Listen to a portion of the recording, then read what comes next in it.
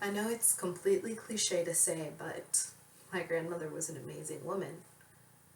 She was the very exemplification of a strong, powerful woman, assured in her role in life. She was exactly the type of woman that I strive to be today. When I think of my grandmother, the first thing that comes to mind is children, which makes complete sense considering how many she surrounded herself with. My grandfather had two wives, and she was the first. She had 11 children, 7 of which are still alive today. My father was the fifth. From those 11 children, she gained 45 grandchildren, and from those 45 grandchildren, she gained 63 great-grandchildren. And that's not even counting the staggering number of nephews and nieces. Our family is still growing, and it's awe-inspiring to think that one woman, one matriarch, could produce so much love.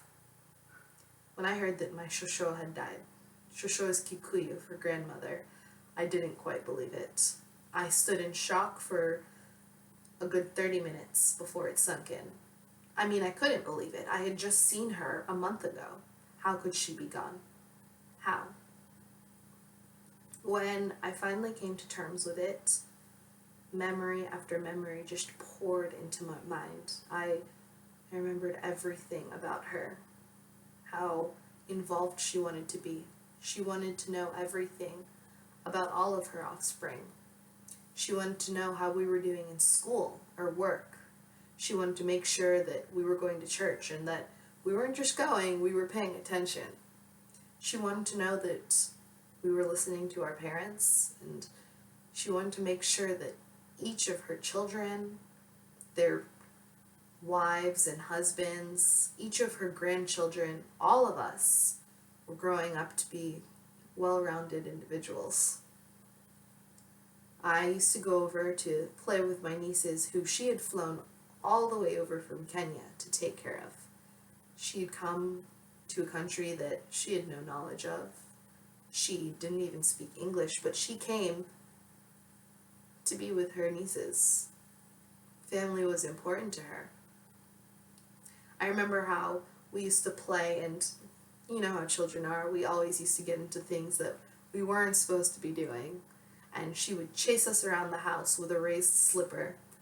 She never caught us, but we had so much fun running. She would hide behind walls and duck out to scare us, and we had so much fun with her. Obviously, when you're a child, you don't really appreciate things like that. But now that I look back on those simpler times, it makes me smile to think that even when we thought we were in trouble, she managed to make it fun.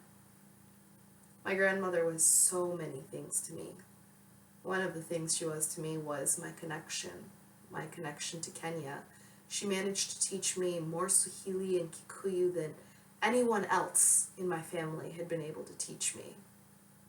She cared and loved for all of us so much. And I can only hope that one day I can be half as good as mother, grandmother, great-grandmother, matriarch that she was. Thank you.